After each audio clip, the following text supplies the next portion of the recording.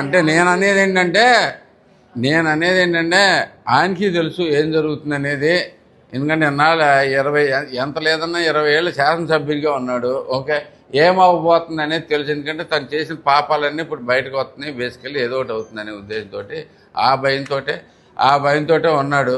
వెళ్ళాడు. ఎట్లా ఉంది బాస్, ఎలా ఉంది బాస్, దీంట్లో ఎట్లా ఉంది, మంచినీళ్ళు ఇస్తారా, కాఫీలు ఇస్తారా, టీలు ఇస్తారా, దీంట్లో ఏమి ఇస్తారు, మనకి ఏం చేయాలి, కిల్లు మనకి మరి ఇప్పుడు మానేసాడు లేదు. మరి హార్ట్ అటాక్ వచ్చిన తర్వాత ఏ ఉంటాయిగా గుట్కాలు గట్కాలు అలాంటి ఏమైనా దొరికితే లేదా, మొత్తం మీద అసలు దాని పరిస్థితి ఏంటి, ఎట్లా మెయింటైన్ చేయాలి, ఏ జైలు అయితే బాగుంటుంది, ఇట్లాంటివి కనుక్కొని వచ్చి ఉంటాడు మోస్ట్లీ. ఏదే అరెస్ట్ చేస్తానని భయం ఉంది కాబట్టి 100 రోజులని ఆయన ఓపెన్ అయ్యింది. 100 రోజులు అది కూడా టైం కూడా ఆయనే పెట్టేసుకుంటున్నాడు బేసిక్గా. అయితే నిజమేంటనేది జనాలకు తెలుసండి. ఇప్పుడు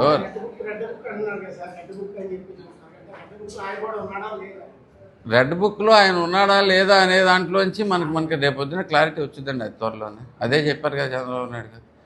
ఎవరికి వచ్చినా కానీ మా బాలయ్య బాబు డైలాగ్ అయితే దీంట్లోంచి ఇది వీళ్ళు సూపర్గా ఉంటుందండి. బేసికలీ ఏదైనా కానీ నేను మీకు ఎదురొచ్చినా నాకు మీరు ఎదురొచ్చినా అని ఏదో చూస్తా ఉన్నాడు బేసిక్గా. ఇట్లాంటి సొల్లు చెప్పే ఇక్కడికి పూర్తిగా అంత ఆల్మోస్ట్ ఈసారి డిపాజిట్లు కూడా పోతాయి బేసికలీ.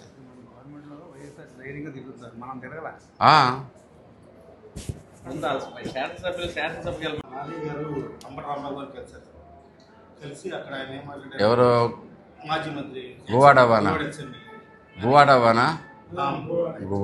ఓకే. భయపడము మా వైసీపీ నాయకులు కానీ జగన్ గారిని టచ్ చేస్తే సప్త సముద్రంలో మేము అందరం లెక్క తీరుస్తాము అని లోకేష్ గారి గురించి చంద్రబాబు గారు సప్త సముద్రాలు లెక్క దాక్కున్నా కానీ చంద్రబాబు గారు మీ పార్టీ వాళ్ళు ఎవరైనా సరే వాళ్ళందరూ లెక్క తీరుస్తాం. నేను ప్రెస్ మీట్ డైరెక్ట్గా మాట్లాడాను సార్. ఎక్కడున్నా సరే నన్ను 100 రోజులు జైల్లో పెట్టా సార్, నేను భయపడేది లేదు. ఎంతమంది వేసుకుంటారో వేసుకోండి, మేము మాత్రం మీరు అందరూ 100 రోజులు భయపడినా కానీ చేసాను.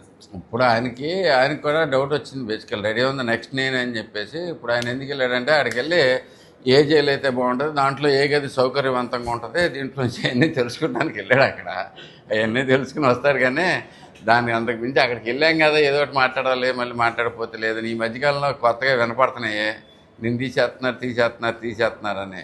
ఏదో ఒకటి అక్కడికి వెళ్ళిపోయి స్టేట్మెంట్ ఇవ్వాలంటే ఆ స్టేట్మెంట్ ఇచ్చేది కూడా భయంగా దీంతోనే బిక్కుమంటూ అటు ఇటు చూసుకుంటే ఇచ్చాడు. వాటి గురించి మనం మాట్లాడాల్సిన పనే లేదు. ఆయన ఆల్రెడీ జనాలు అందరూ మర్చిపోయారు. మనం కొత్తగా ప్రత్యేకంగా ఆయన గురించి మాట్లాడుకుని చేసుకునే పని. అయినా కానీ ఒకటైతే గ్యారంటీ, ఇక దగ్గరలో నాకు కూడా ఉందని చెప్పేసి ఆయన కూడా గుర్తించాడు. దాంట్లో బేసిక్గా నెక్స్ట్ నేనే అనేది కూడా ఆయనకు అర్థమవుతున్నట్టుంది. సో వెళ్ళిపోయి కొంచెం మంచి లొకేషన్ ఎట్టగా ఉంటే, పరిస్థితులు ఎట్టా ఉంటే, నేల మీద పడుకోవాలా, దుప్పట్లు ఇస్తారా, ఇస్తారా అని అన్నీ తెలుసుకుని భయపడతా వణుక్కుంటూ తిరుగుతున్నాడు. దాని గురించి మాట్లాడాల్సిన అవసరం ఏం లేదులే కానీ వదిలేసేయండి. ఇంకంతా ఆల్రెడీ పూర్తిగా మర్చిపోయాం. బేసికల్ ఫస్ట్ థింగ్ రెడ్ బుక్ అంటున్నాడు. ఏంటో దానికి ముందు దాని స్పెల్లింగ్ కూడా తెలుసుకోమని చెప్పండి, తర్వాత రెడ్ బుక్ గురించి మాట్లాడచ్చు, ఏం ప్రాబ్లం లేదు. 2029లో మళ్ళీ జగన్మోహన్ రెడ్డి సీఎం అవుతాడు. వైసీపీ పార్టీలో ప్రస్తుతం ఎవరైతే ఉన్నారు నాయకులు వాళ్ళు అలాగే కొనసాగుతూ ఉంటారు. జగన్ వదలం మీరు ఎప్పటికే చెప్పారు. ఈయన ఎక్కడ కనపడుతున్నాడు, ఏ రకంగా వస్తారు, ప్రజా సమస్యల మీద ఏ రకమైన పోరాటాలు చేస్తున్నారు ప్రజలు. ఇప్పుడు ఎంతసేపు మాకు హోదా ఇవ్వండి, దీంట్లో ఇవ్వండి, అది ఇవ్వండి, ఇది ఇవ్వండి అని చెప్పి జనాలను అడుక్కుంటూ తిరగటం తప్పితే ఏ సమస్యల మీద పోరాటం చేశారు ఇప్పుడు దాకా. ఇప్పుడు గుడివాడలోనూ చూసుకుంటే కొన్ని లాస్ట్ ఎలక్షన్ అయిపోయిన తర్వాత మీరు చూశారు పరిస్థితులు ఎంత దారుణమైన వరదలు వచ్చినాయి.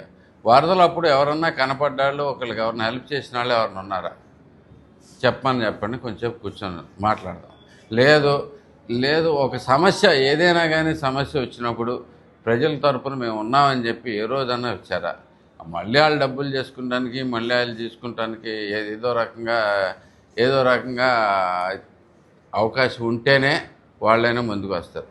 మీరు ఒకటి గుర్తుపెట్టుకోండి, ప్రభుత్వంలో ఉన్నా లేకపోయినా ఎప్పుడైనా కానీ ప్రజల తరపున పోరాటం చేసేది తెలుగుదేశం పార్టీ మాత్రమే, తెలుగుదేశం కార్యకర్తలు మాత్రమే అని చెప్పేసి మీకు క్లారిటీ ఉంది. ఏ రోజైనా కానీ ఇక్కడ చూడండి, ఇక్కడ ఎంతమంది కూర్చుని ఉన్నారు. బేసికల్లీ ఎంత అవమానాలు క్రియేట్ చేసినా కానీ, ఎంత దారుణమైన పరిస్థితులు క్రియేట్ చేసినా కానీ, బయటకు వస్తే అరెస్ట్ చేసే పరిస్థితులు ఉన్నా కానీ ఎవరైనా ఒక్కళ్ళు తగ్గిన వాళ్ళు ఎవరి నుండి చెప్పండి. బేసికల్లీ ప్రజా సమస్యల మీద పోరాటం అంటే అలా ఉండాలి. అలాంటి పోరాటాలన్నీ మానేసి మీరు సడన్గా మమ్మల్ని వాళ్ళే గెలిపించేస్తారు అంటానికి గతంలో 2019లో ప్రజలు మోసపోయారు. ఈయన వచ్చి ఏదో చేస్తాడు, అట్లీస్ట్ ఏం చేయలేకపోయినా కానీ ఉన్నదన్నా కంటిన్యూ చేస్తాడనే ఉద్దేశంతో ఏదో ఇంకేమైనా వేరే పథకాలు ఏమైనా ఇస్తాడనే ఉద్దేశంతో ఏమైనా కొంచెం ప్రజలు మోసపోయారు. తీరా చూస్తే పథకాలు దెబ్బేశాడు, అసలు అభివృద్ధి అనేది నాశనం చేశాడు, ప్రజలు అధోభయంలో ఉండిపోయారు. ప్లస్ అదే కాకుండా బయటకు వచ్చి మాట్లాడాలంటే భయంకరమైన పరిస్థితులు క్రియేట్ చేశారు. ఇప్పుడు జరిగే వాటిలోంచి పరిణామాలు మనం క్లియర్గా చూసుకుంటే ఏ రోజైనా కనుక ఏదైనా కానీ చేసినప్పుడు ఇప్పుడు ఎగనెస్ట్గా చేసిన ప్రతి తెలుగుదేశం కార్యకర్త అయినా కానీ చంద్రబాబు నాయుడు గారు స్పష్టంగా ఆయన వాళ్ళ మీద కూడా కేసులు పెడతానే ఉన్నారు. ఇంతాకెందుకు ఇంత ఎదవలో ఉన్నా కానీ మనకి అక్కడ భారతిరెడ్డి గారి గురించి ఒకడెవరో తేడాగా మాట్లాడాడని చెప్పి సొంత కార్యకర్త అయినా కానీ తీసుకెళ్ళి జైల్లో పెట్టింటే నిబద్ధత అది బేసిక్గా. ఓకే, కార్యకర్తలు అంటే ఇష్టం లేక కాదు, కార్యకర్తలు తెలియక తప్పు చేశారని మనం కూడా ఈజీగా చెప్పుకోవచ్చు. తెలియక తప్పు చేశారు అని చెప్పేసి, కానీ ఆయన ఎప్పుడు అలా చేయలేదు.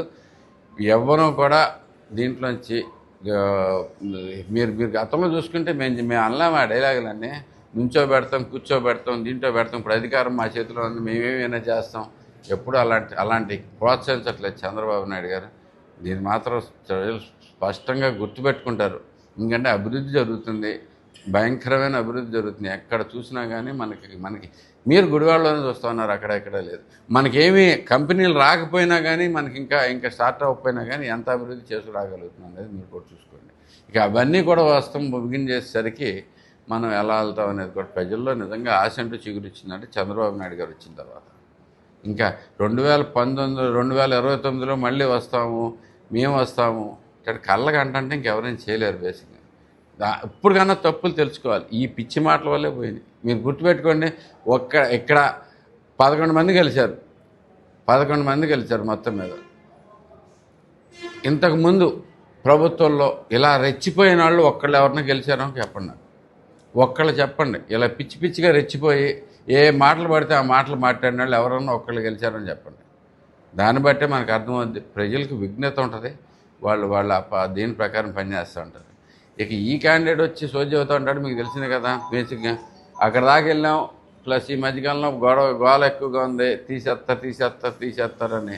సరే ఏదో ఒక స్టేట్మెంట్ ఇస్తే ఆయన ఏమైనా కనిపిస్తాడని ఉద్దేశంతో ఏదో ఒకటి ఇచ్చేసి గౌక్కుని పారిపోయి మళ్ళీ ఇటుపక్క ఎక్కడ కనపడకుండా అటు వెళ్ళిపోతాడు జనాలు.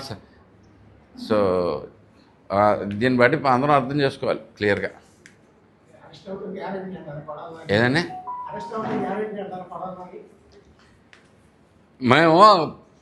మీకు మళ్ళీ కూడా స్పష్టంగా చెబుతున్నా, ఆయన అరెస్ట్ చేయాలి అనేది మా ఉద్దేశం కాదు. మాకంత ఇంట్రెస్ట్ లేదు, జనాలు మర్చిపోయారు. ఎవరు లేరా కానీ అరెస్ట్ చేయాలనే ఉద్దేశం మాకు లేదు. మళ్ళీ ఇప్పుడు ఆల్రెడీ వాళ్ళు తప్పులు చేసుంటే దానికి తగ్గట్టుగానే చట్టం తన పని తను చేసుకుపోద్ది. కానీ మేము ప్రత్యేకంగా అయితే కనుక దాని మీద ఫోకస్ పెట్టించాలి. ఏదనే